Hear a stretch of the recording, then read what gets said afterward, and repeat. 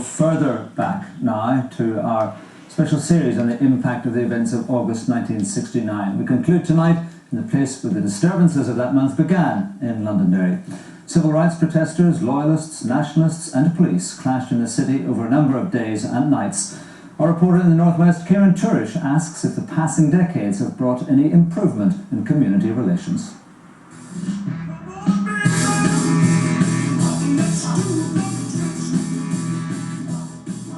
For those who went to dances in the 50s and 60s, it was a time of friendship and fun, even though many people had few, if any, luxuries. Friendships forged then have lasted for generations. We all grew up together, we all got to know one another. We started work in the factories, quite a lot of us. We had that comradeship. We went to the dances together. Religion was a private thing.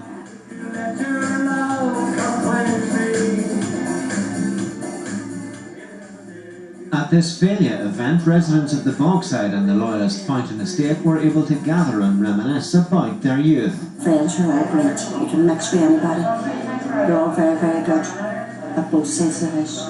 The people that I know, it's very, very good. But what happened in August 1969 proved that things would never be the same again. Tension grew and barricades appeared in the streets as the day of Londonderry's Apprentice Boys' March approached. As the Apprentice Boys' March progressed, a mob of youngsters gathered on the edge of the Bogside, their part of the city. Here, the first missile was thrown at the police. As the violence flared, civil rights leaders appealed in vain for calm. The police counter-attacked. The Battle of the Bogside began, and with it, Northern Ireland's new slide into massive intercommunal violence. For serving police officers, the events of that time left a lasting impression. There was a 3 ways in, and they sealed us off at 3 points. Couldn't get in or out, and we didn't get food. 3 full days I didn't sleep, didn't close my eye. We kept them at bay on that. We didn't get near the station, and we were down to the very last grenade when, out of the crowd of rioters, came John Hume with a white hanky in the air and 2 fellas with him down and asked for a truce. The 2 guys with him shook hands with me. I knew them very well. I played football with them, or against them. Played football against them. One of them played for Derry City. Many of those who lived through this period still can't agree on what it was all about. Living conditions were poor. Nationalists blamed unionists for gerrymandering constituencies and discrimination in employment and housing. Unionists, though, say their living conditions weren't any different. Nevertheless, the civil rights movement was drawing inspiration from demonstrations much further away, in France and in America. 1969 was a tumultuous time. All sorts of ideas were being thrown up. Nobody knew how this thing was going to work out. I think that there's politicians around today in 2009 who are desperately anxious to understand everything that ever happened here in sectarian terms, and to see what happened in 1969 simply sort of as a rising of Catholics, more or less against Protestants. It was nothing of the sort. In 2009, my view, and the view I think of most in the unionist community, is that Londonderry is deeply divided, very deeply divided by the River Foy. Now, it doesn't have to always be like that, but that's the way it is.